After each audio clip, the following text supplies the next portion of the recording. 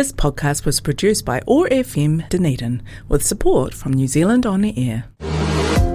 Welcome to Disabled Persons Assembly's Notable Radio Show. DPA is a systemic advocacy organisation run by and for disabled people.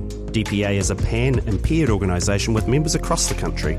Over the next half hour, we'll discover how we can work collaboratively to achieve inclusion for all New Zealanders. DPA's Notable Radio Show, a whole new attitude.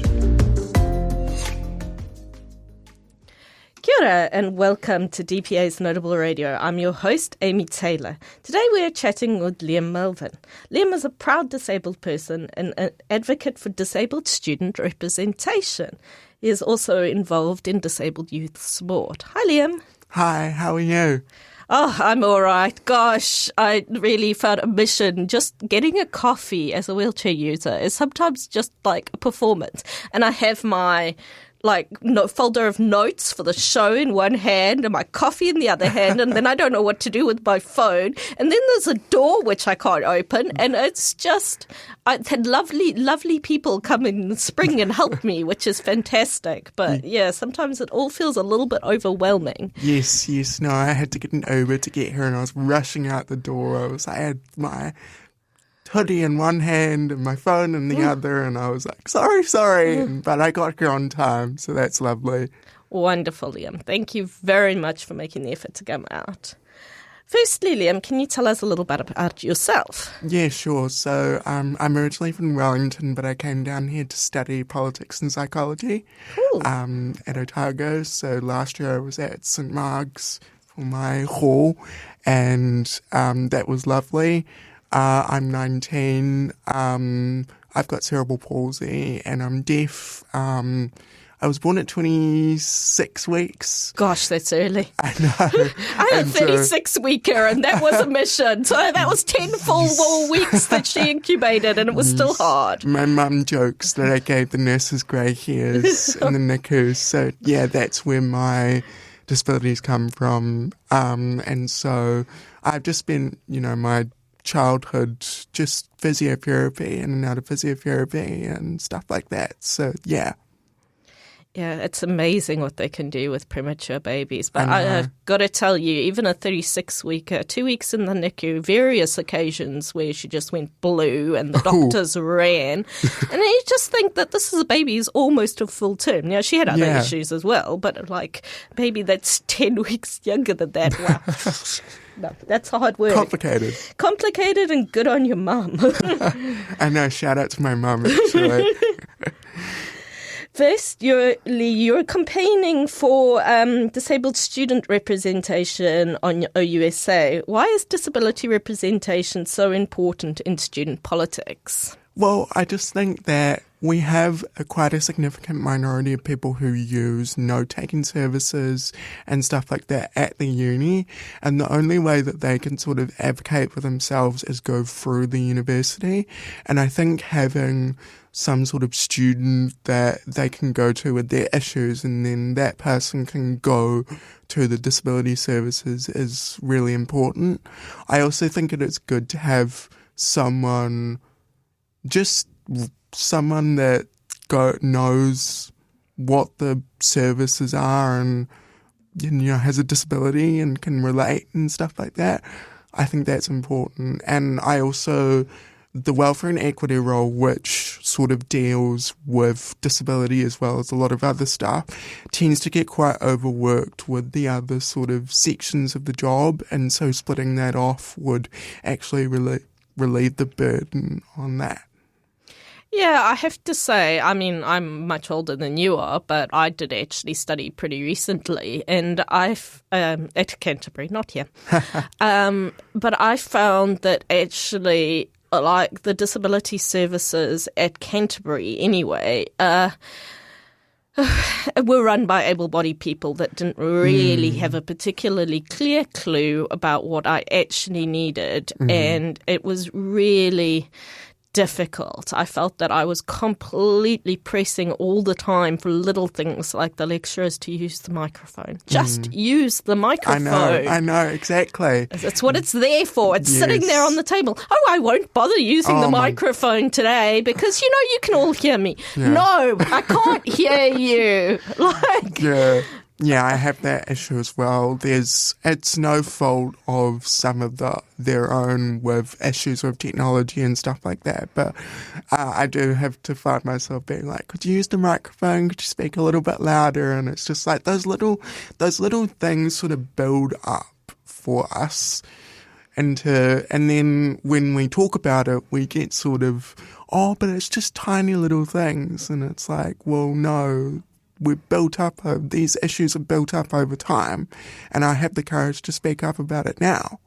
Yeah. Yeah, and I find like advocating for yourself in that situation, oh gosh, I can be a horrible, really, I'm going to use the B word, but I can't on radio. Like I really can when I'm advocating for somebody else. It's really easy to say, listen, this is a group of older people and you have to use the microphone because you're going to be excluding people. But when I'm advocating for myself, I really struggle. It's not so easy just to say, actually, I'm really struggling here. Can you please use the microphone? Especially when they've been so dismissive of it. It's frustrating. But anyway, that is one issue that we face in lectures. But yeah, all those things that you could actually take to another disabled person who actually had an understanding, even if they don't necessarily have the same disability as you, they could actually relate to the challenges that disabled students face. And talking of that, what do you think the major issues facing disabled students are? I would actually say one of the issues is flats around the student area. So, like when I was looking last year, the only flats that we could find were sort of flats on the hill and stuff like that. And so I think that having some sort of service or something to help students look for stuff on the flats on the flat. Flats on the flat. Forgive my pun. But something like that. The other thing is also a lot of the people who use disability services are neurodivergent. That's very true. Yes, yeah. I have ADHD myself, so it was difficult for me starting off studying because I wasn't medicated. And I think disability services at the uni does a fantastic job in regards to that, but having more support groups other than the student health group that operates about ADHD at the uni, like a neurodivergent club or something like that, could be a good way to address that issue as well. The other thing is possibly there's no crossing on Albany Street. Yes, and this is something that we're all trying to work towards in an advocacy kind of way. And Liam and I were just talking about this before we came into the studio, that there's been a lot of confusion in the community about the Albany Street project. A lot of people are claiming that it is a cycleway, and the cycleway is one component of that Albany Street project. And it's really important that people understand that a lot of that project is increased pedestrianisation and also some more mobility parking. So actually the disabled community, I know that Mary from CCS Disability Action has worked really hard on this project along with the council to try and increase mobility and pedestrian access in that area. So it is unclear how the media got onto this idea that it was only a cycleway, because it's really not true. Yeah, there was also, because I mentioned earlier that I lived in Wellington, there was a project done to construct toilets on the city precinct, and a lot of people framed it as, it's just toilets, but it's actually like certified disabled changing rooms and toilets and stuff like that. It's very different, isn't it? It's very different once you look at it that way. So there's another sort of narrative of changing up what a project actually does. Yeah, and I think that that's something that it's really important to advocate for, is how we frame these projects and who they actually do benefit. But moving on from that, do you think that the university provides adequate access and resourcing for disabled students? What could they do better? I think Disability Services does an excellent job in comparison to other universities for what they do for disabled students. They helped me very quickly with my documentation and other sort of stuff relating to like my cochlears and making sure that I didn't have any sort of back-to-back lectures too much. Obviously, there's only a limit. There's a limit to the extent that they can do, but they did fantastic in that regard. The one thing that I wish they could do better is actually chronic illnesses. There's a lot of people with chronic illnesses that the Disability Services wants to help, but they can't help because it's not within their scope. And so having something like restarting up the Otago Disabled Students Association to help those people with chronic illnesses get the support that they need and advocate for the university to widen the scope. Yeah, I mean, this seems to me to be a ridiculous excuse. Let's just widen the scope. Yeah. It doesn't... I mean, it is a problem across the board with health services for people with chronic illnesses. And, I mean, I advocate hard for this because I am a woman with chronic illness. And it's actually getting the support and services that other people with the same level of disability that I have with different causes, I can't get that level of support, and it's just not fair, basically. It's inequitable. And it's disappointing to see that the university has taken the same stance. Yes, yeah. I think chronic illness is something... It doesn't get taken seriously, which is... it's just disappointing because some of the chronic illnesses can be just as limiting, if not more, than some disabilities. Yeah, and I mean the distinction is not to me to be valid at all, because honestly, a chronic illness is disabling, therefore it's a disability. End of story. Yeah. I mean, there's no point in drawing lines where there aren't any. Yeah. So do you think that able-bodied students are aware of the challenges and equities that disabled students face? I think they are, but one of the things that I've faced again and again and again when I'm trying to advocate for myself, or even just in regular day-to-day conversation, is I find myself being talked to like a kid. Oh, gosh. So much, so much. And it just wears me down a lot. And I would like for people to be aware of the fact that they're speaking like that. Sometimes when I'm really tired, I will just shut down, and I wish I could just speak to them like they're speaking to me and just let them see how they're treating me. Which is not to say that they're doing it consciously. It's just, it happens a lot, and it just wears me down. Oh, don't worry. Just wait another 20 years and you'll get what I get, which has been treated as if you're ancient. I'm 38 years old. I am not your 90-year-old grandmother. and being told all the time these stories about, I have an auntie who is 93. She lives in a rest home. She uses a wheelchair. Do you know her? It's like we know disabled people don't know each other. We don't have a secret cabal where we all... well, maybe we do. Maybe it's actually... maybe there's a huge conspiracy that we're not in on. But yeah, it's funny how these perceptions, and generally people's hearts are in the right place. Exactly. It's like they have no awareness or training or something, that we are just human beings. We walk, we do the same thing. And also I think with cerebral palsy, for me, lots and lots of people seem to associate it with intellectual impairment. They do. And it's, so people tend to treat me like I'm intellectually impaired, and I'm not. And it just, I wish I could just tell people that. Yeah. Yeah, I struggle with that as well. I think people associate wheelchair users with having intellectual impairments as well. And I'm just like, I have a PhD, thank you very much. Intellectual impairment is not something I have. Not that it is not completely valid and those people should be treated equally, but just don't make assumptions about us. It's not fair. Right. You are very actively involved in the community, which is absolutely fantastic. We love that. Many people say that youth are apathetic, and that really doesn't seem to be the case with you. Why do you think people view youth as apathetic, and how can we challenge that perception?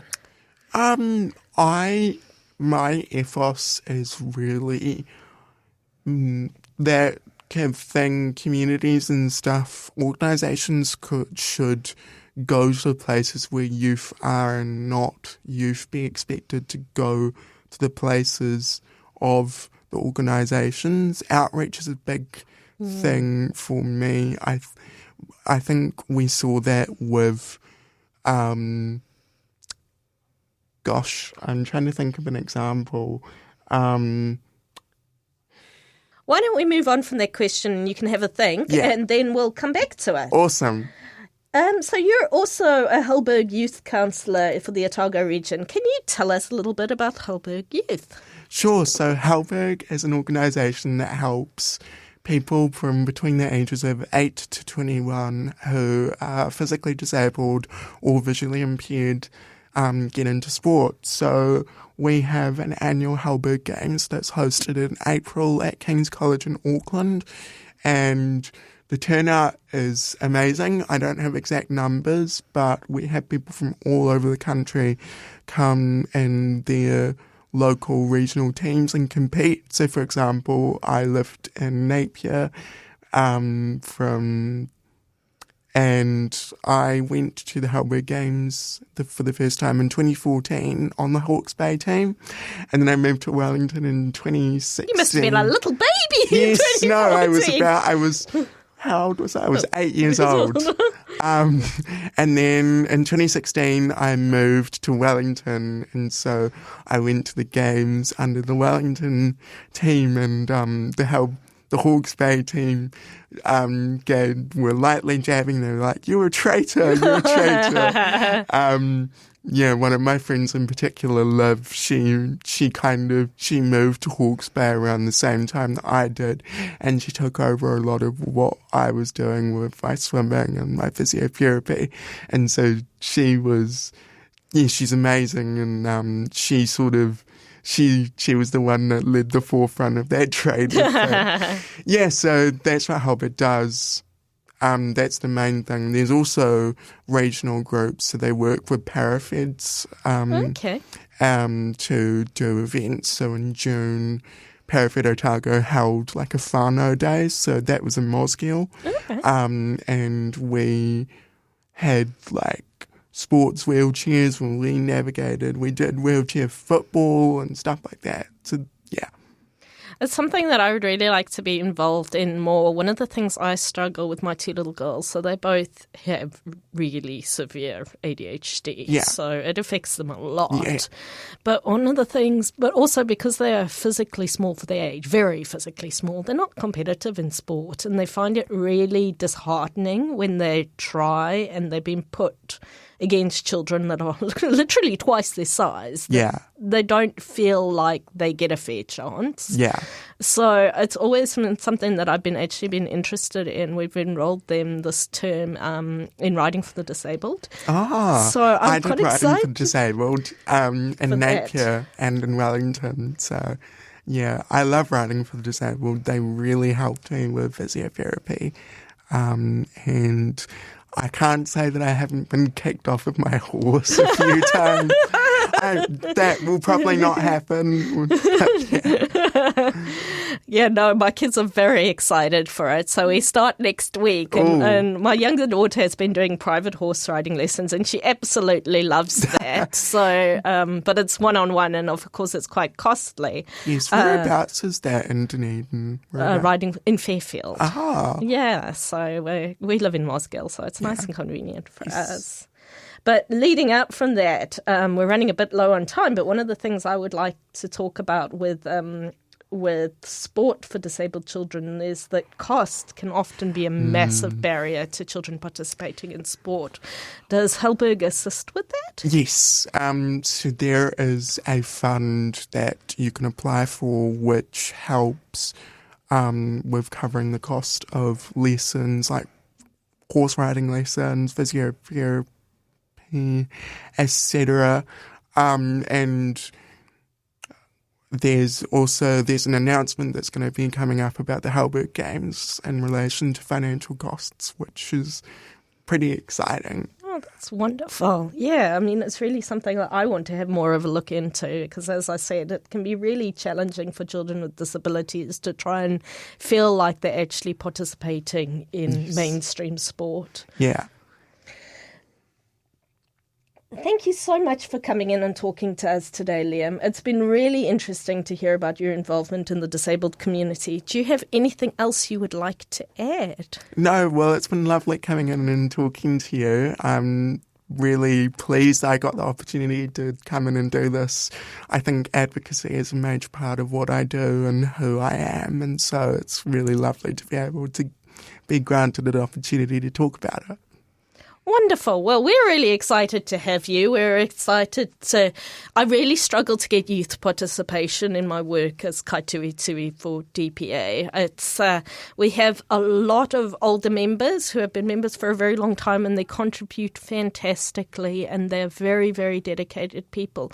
But we can't rely on them solely for having the advocacy and we need to be able to access other groups. So being able to have a youth contact in the disabled community is absolutely fantastic for me too. So thank you, Liam. We really appreciate it. Thank you so much.